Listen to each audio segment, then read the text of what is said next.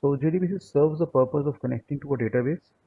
Our database can be any database. It could be designed in the MySQL or Oracle or Access or anyone.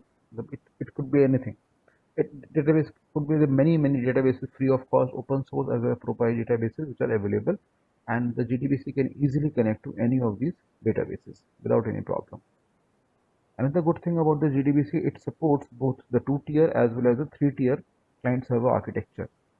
So that's a big plus point because there is always a problem of database connectivity when you're doing it with the kind of the database available, whether it's open source or it is a proprietary, and whether it supports two-tier or the MVC model view controller architecture. And when we talk of the model view controller architecture, it always works not on the view layer, not on the controller layer, but always on the model layer and along with the Hibernate. So Java provides two flavors, or we say two mechanisms how to connect to a database. If I want to use in the non-OODBMS way, I use the JDBC. If I want to use an object-oriented database management system way, I will go for the Hibernate, because Hibernate is a OODBMS supported database architecture. But if you want to have a plain naive connectivity from the front end to the back end, we use the JDBC. And to ensure that it works perfectly fine, it provides the driver classes to connect to a database. So multiple number of driver classes are available as a part of java.sql package, and that helps the programmer to connect to a database.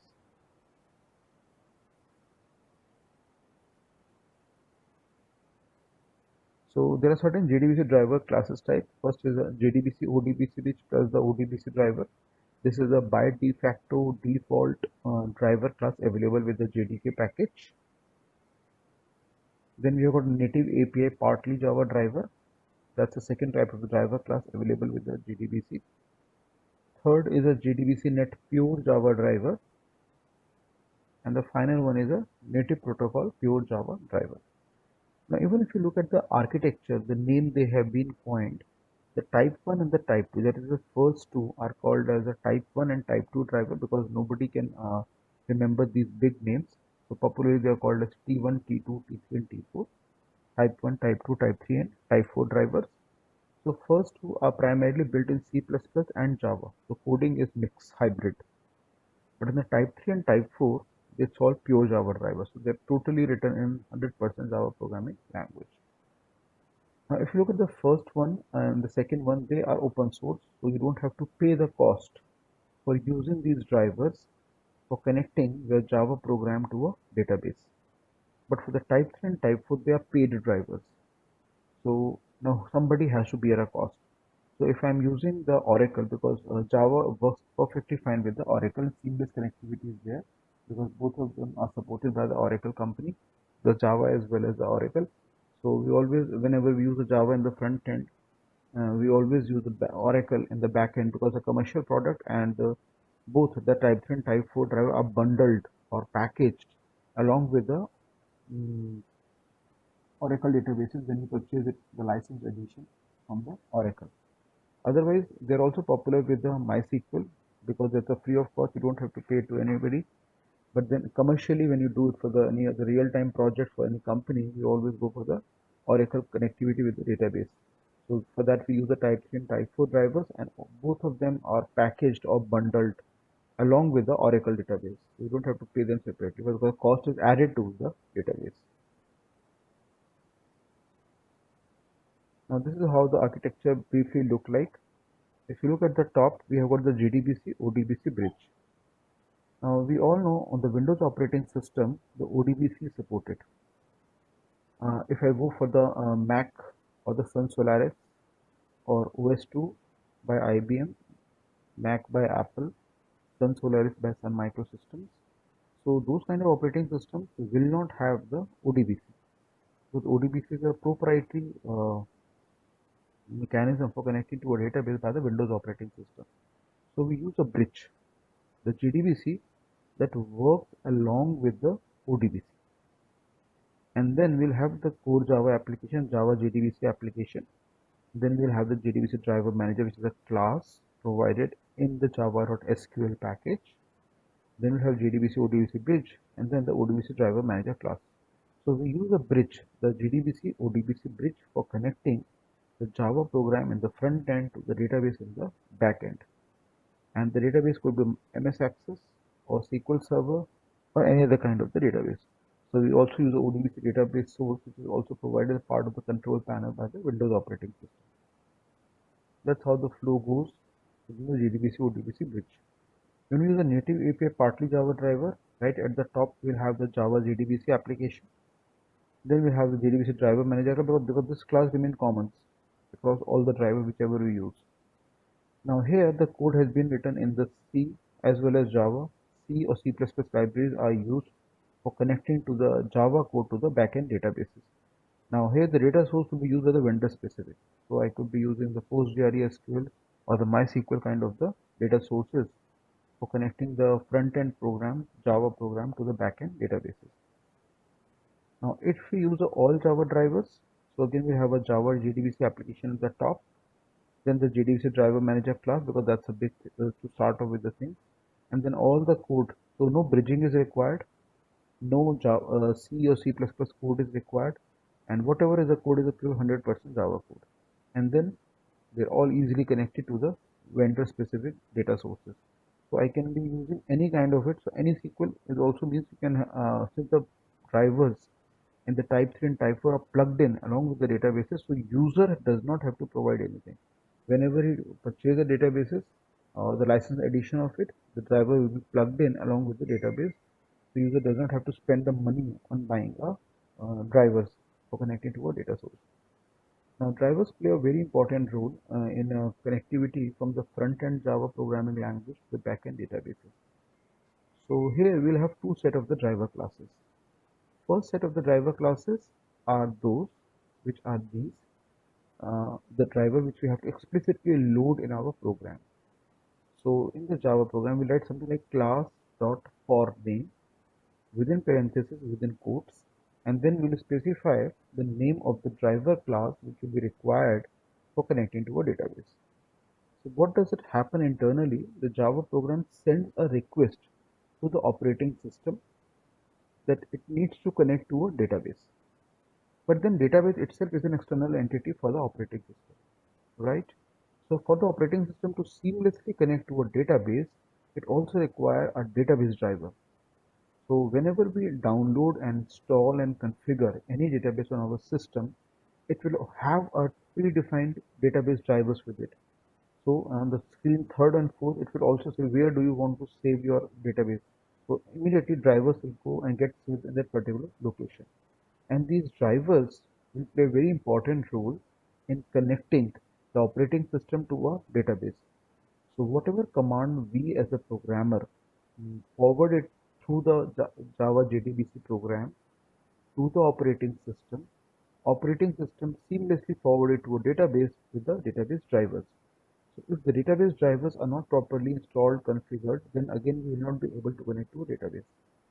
So if you look at the sequence of things, point number one, we'll have a Java JDBC program. Point number two, we'll have one of these driver classes, whichever I would like to use to connect to my program. So again, how do we select it? If I want to use open source, I use the type 1 and type 2. If I want to use a proprietary, I use the type 3 and type 4 type of driver classes. Now, how do I decide which is good for me? If my data is of certain critical worth, it's of certain significance, it has a commercial value attached to it, and I'm worried about the security of the data when it is being sent to a database, then it is always advisable to use a type 3 and type 4 drivers. However, if the data is not of commercial worth, it's not of significance, I can use a type 1 and type 2 drivers. So it depends upon me. How I need to decide which kind of driver is important to me. Then point number two was the selection of driver. Then point number three, I register the driver with my operating system. So the driver, my OS need to understand that which kind of driver I am going to use. So these 3 points get done in the front end. Now in the back end, whichever database I would like to use, I need to download it, configure it and install on my system or on the server if it is available. Then I need to make sure the driver of that particular database is available with me, because operating system can only communicate with the database with the help of the drivers. So the drivers are there, then a seamless connection happens. So overall, if you see the larger picture, we are having using a two set of driver classes. One, what Java provides using a JDBC mechanism, these four driver classes. Secondly, database itself provides certain its own drivers which I need to download and configure and install on my system. Then only the connection can happen. So we'll see the program how to do it so that no problems arises in your execution of the program at your own system also. So this is Java wrote SQL package provided a number of the classes for us. Like we'll have a set of the interfaces, we'll have set of the classes, and we'll have a set of the exception killers. So if you look at the interfaces, there are many number of the interfaces available in the Java.SQL package. So like the array is there, blob for binary long objects, connection, callable statement, prepared statement, database metadata, driver, result set metadata, SQL input, SQL output. These are set of the interfaces available to us in the Java.SQL package. When you look at the classes, the many number of the classes like driver manager, driver property information, time, timestamp, and types. So there are many number of the functions available in these classes, so I can make a call to these functions and start using them in my program. Or third, if you look at the main number of the exception classes available like batch update exception if there is a problem arises in um, the execution of the batch of the rows in the database, or the SQL exception, or if the driver throws certain problems, then driver property information, and there are more exception classes which but I took only three of them because I thought they are worth it. So these are some of the interfaces, classes, and exception easily available in the Java.SQL package, and the programmer needs to have a knowledge of them so that he can use it for writing the Java programs. Now, certain basic steps which I need to perform while connecting from the front end program to the back end program. First of all, I load the driver because that's a basic step that I need to do it. Now I'm talking about front end driver, not the back end driver. Then we define the connection URL within our program. That I will just discuss when I discuss the code, how to connect, how to define the connection URL. Then establish the connection from the front end to the back end. Now, if the connection fails, then immediately exception will be thrown. So third point, either it is successful or failure. However, if it is successful, then we go and create a statement object. We go and execute a query. Now, again, depending on what kind of operation I'm performing in a database, so it could be the just like we have the DDL, DML, and the DCL statement. It could be data definition language statement, where I create a table, I drop a table, I alter a table, anything. Or the DML statement, data manipulation language statement, wherein I can perform a select operation, inserting a record, modifying a record, deleting a record, anything, whatever I want to perform. The CRUD operation, CRUD, or the data control language, like we have the grant and the revoke commands. So depending on the kind of the query I have written, that will be executed. And then certain results will be fetched. So we'll use certain result set object called RS, which will hold on to the return value. And then finally, we'll close the connection. Once the successful operation has been done for connecting from front end to back end, then we can easily close down the connection. Now let us look at the Java code, how to correlate the steps, theoretical steps to the practical implementation.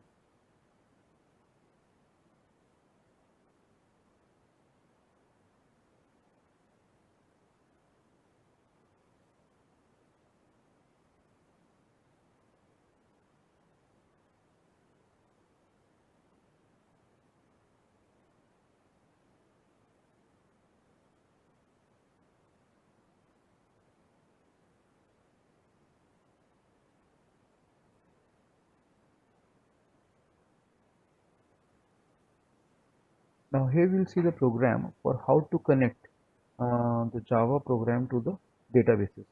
So we'll take the MS Access as a first example, and then we'll see the MySQL also, how to connect it. So what do I do here? I create an employee database, employee.mdb Microsoft databases, and within it I create a table called employee, right? So I open it.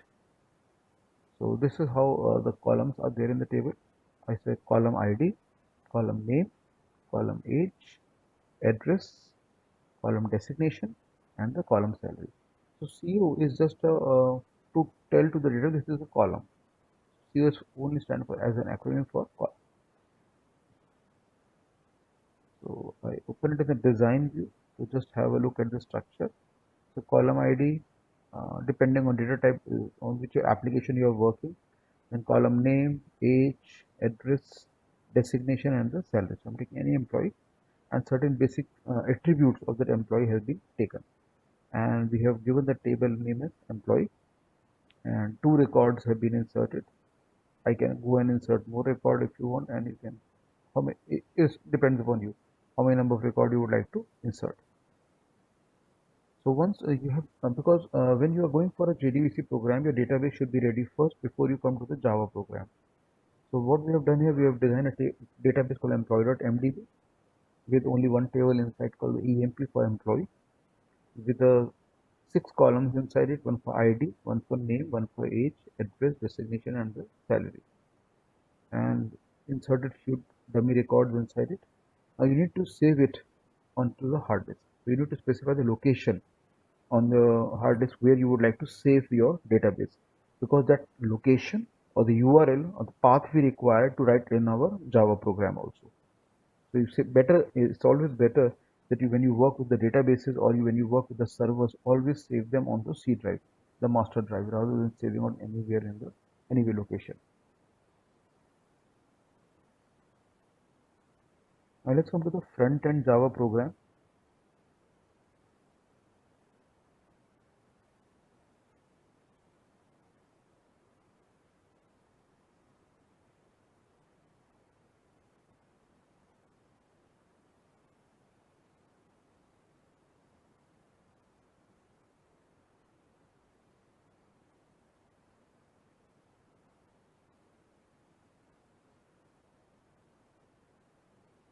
Now what do we do here in this program? If you see, we write a program for fetching of the records from the database. Now if you look at the line number 1, let's go scroll through each and every line one by one. We say import all the classes and the interfaces of the java.util package. So utility package is very important, and we'll be using certain classes of this package. So we import classes and interfaces of the java.util package. Then what do we do? Next line, we import all the classes, all the interfaces, and all the so-called exception classes which are available in the java.sql package. Then line number 3 is blank. Line number 4, we give the name of the class called fetch. Then we come to the main program. We say public static void main string args. We have discussed this line before also. Again, I will just discuss for refreshing. Public, because I would like to make the scope of my main function not as private, not as protected, but as wide as possible. That is why I have declared as public in nature. With anyone and everyone can access it. Now, who is that anyone and everyone? We are primarily talking of the Java virtual machine. JVM can make a call to the main function defined within a class fetch. Then we call static. Now, at this point of time, I have not instantiated my class. So that means no reference variable of the class fetch is available.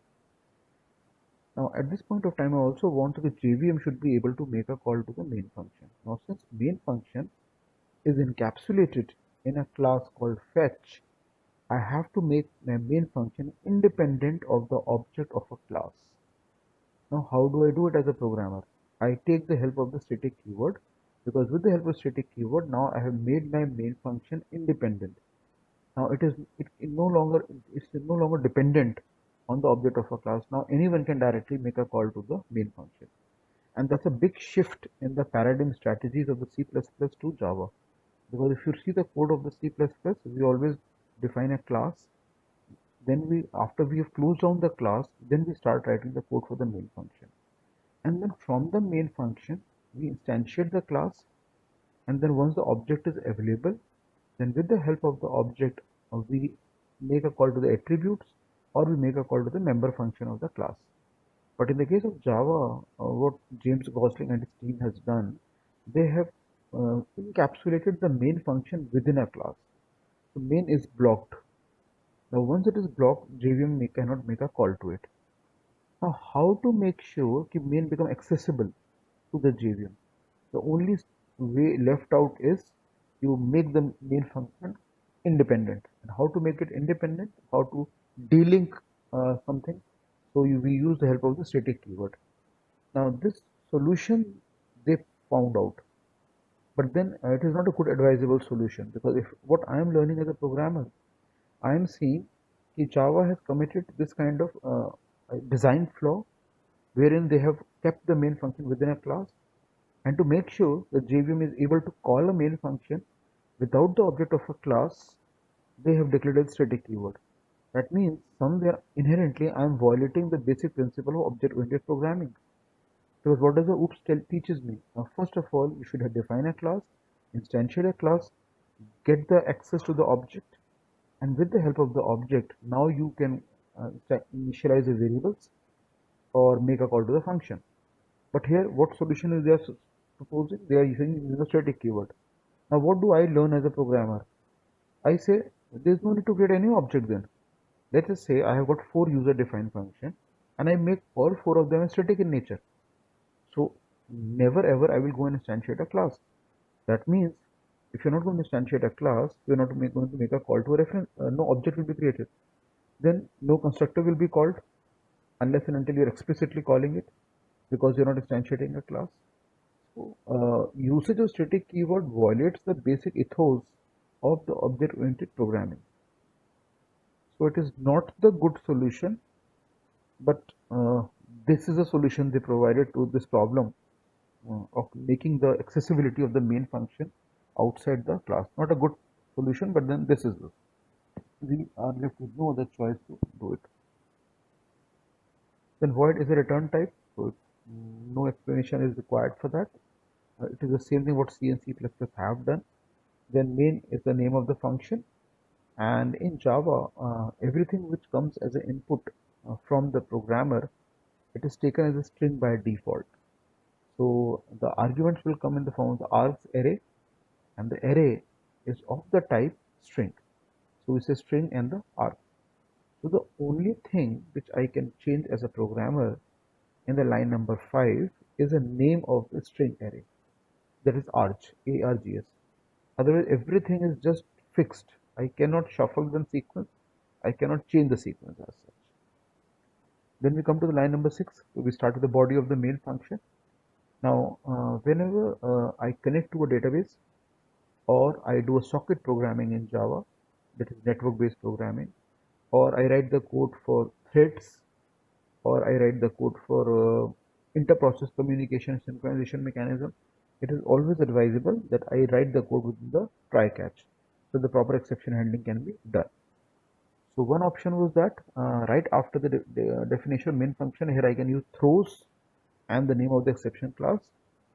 Second option, I use write the code within the try, and if the code fails, I should have the catch at the bottom which can handle the exception which has been thrown by the line of code which suffers a problem in the try block. So we start with the try block, and then we come to the line number 9, and here we say driver manager dot get connection. That means I'm making a call to the get connection function of the driver manager class.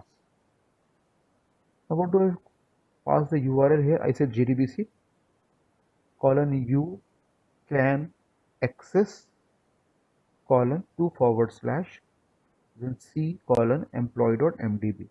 So what I'm doing here, I am using you can access libraries. They're all freely downloadable, and it is primarily used for connecting to a database.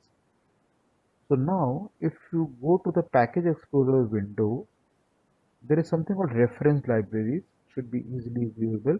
And if you look certain libraries like Common Language 2.6, Common Language 1.1.1, hsqldb.jar, jaccess.jar, you can access.jar, and jdbc.jar. So when you write on the Google, download the you can access JDBC libraries, all of them will get downloaded in the form of the zip file. So all of them are freely accessible. So you need to download them, and once they are available on your system, then you need to configure them and attach it within your package where you have created it.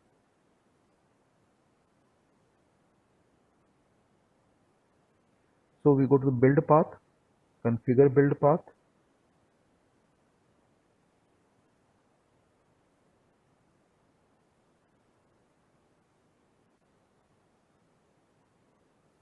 and here I've already added the libraries, so they are easily available. So what you need to do, you need to click on the add external jars, and you need to go to the location where you have downloaded the jar files, and then you need to attach them here. All the library files will be available in the form of the class path here as well.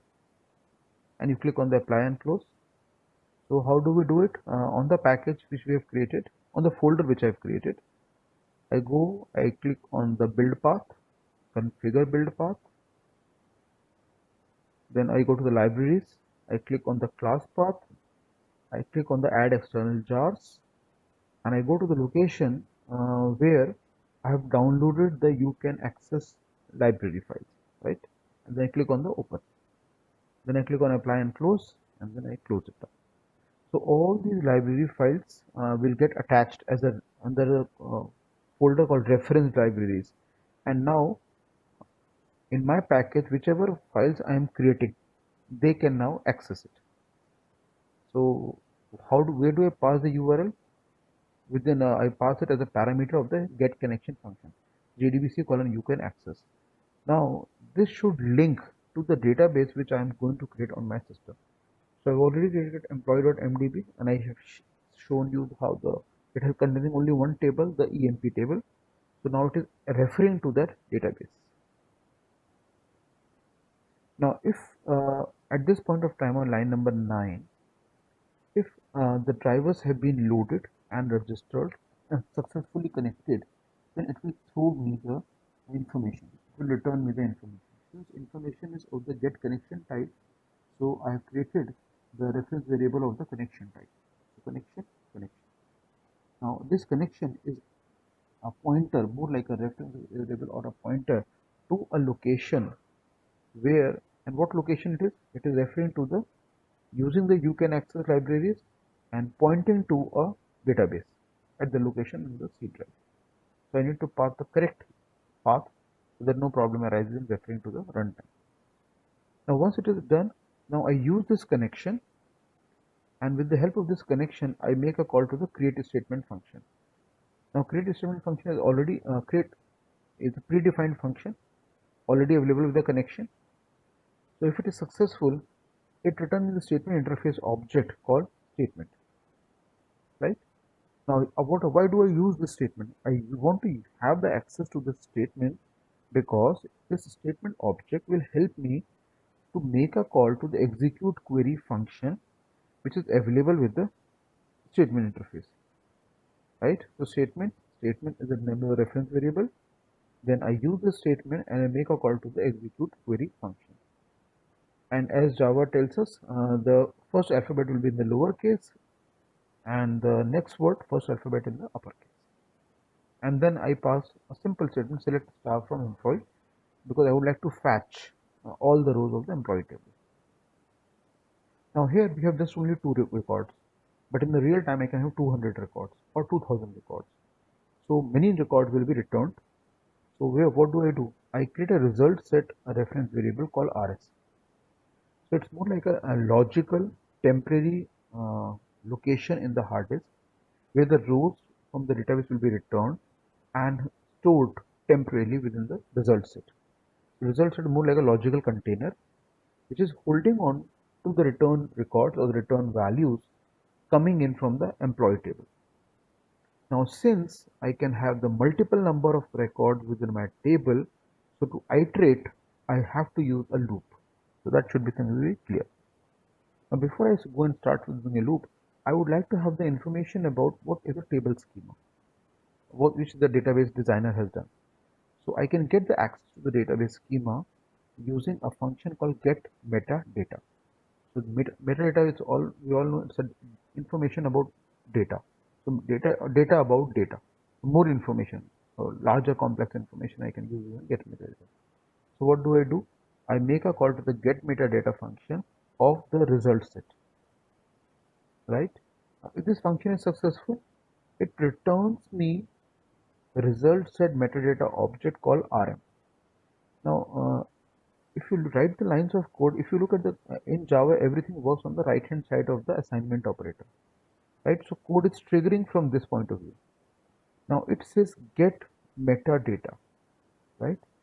So if this function is successful, what it will return you? Information about metadata only, right? So here we have got a class called result set metadata. So name itself tell everything about it.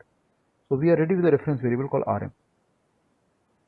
In the line number 12, uh, initially rm is all null. There is nothing inside it. But when the code is successfully executed on the right hand side of the assignment operator, then it returns the information which is stored or archived in the result set metadata. So the rm is my reference variable or pointer. Where does it pointing to? It is pointing to a table which has been temporarily archived in the result set. It is pointing to that particular location. Now, how do I use this rm? I can use the rm to find out what is the total number of columns within the result set. So I'm using a get metadata function is already of the result set. So right, so the pointer is now pointing to the result set. So it will just tell me what are the total number of the columns. So right now we have got 6 columns: ID, name, age, address, designation, and salary. So it returns me the column count as 6. I display system.out.println the number of columns, and then I will also want to fetch the name of any specific column. So what I can do, if I want to fetch the name of the first column, I say rm dot get column name, and within parenthesis 1, that is the name of the first column. So no indexing start from 0, it start from 1. Now there are certain records which have been fetched from the database. Now I would like to iterate them. So what do? I use the result set object rs to navigate or iterate through each and every record.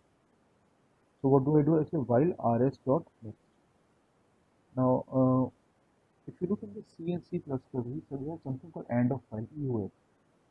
So we knew where to end. But in Java, we don't use EOF, we use next. So there will not be any end of file. It is just movement of the pointer to the next record in a database. So it always keep on navigating. It will always keep on iterating. So if you want to fetch the information of the first column of the first record, I say system.out.println, the employee ID is rs, which is the result set object, dot get integer. If I know the type of the column, I use a get int. If I'm not sure, it is always advisable to use a get object, because get object handles the incompatibilities between the front end programming language and the back end databases. However, if you are sure that what is the type of the column in the database, you can specifically use the get and the name of the data type, so get integer. If I want to fetch the employee name, I say the employee name is rs.getString and the co-name. For the age, integer. For the address, string. For the designation, string. And again for the salary, I'm not sure, as a programmer I have used a get object. Now if any problem arises during the execution of this program, I have got a handle catch, and then I can exit out from the program, system.out.println, and the system.exit. Now to execute it, what do? Fetch, run as, and the Java application. So I can go to the console window, and I can see here the records have been fetched. The number of columns are 6. The name of the first column was ID. Then the employee ID, name, review, age, address, designation, and the salary. And there were 2 records only, so employee ID 2 and 3. So second record is employee ID 3. The name is Ankit. The age is 45.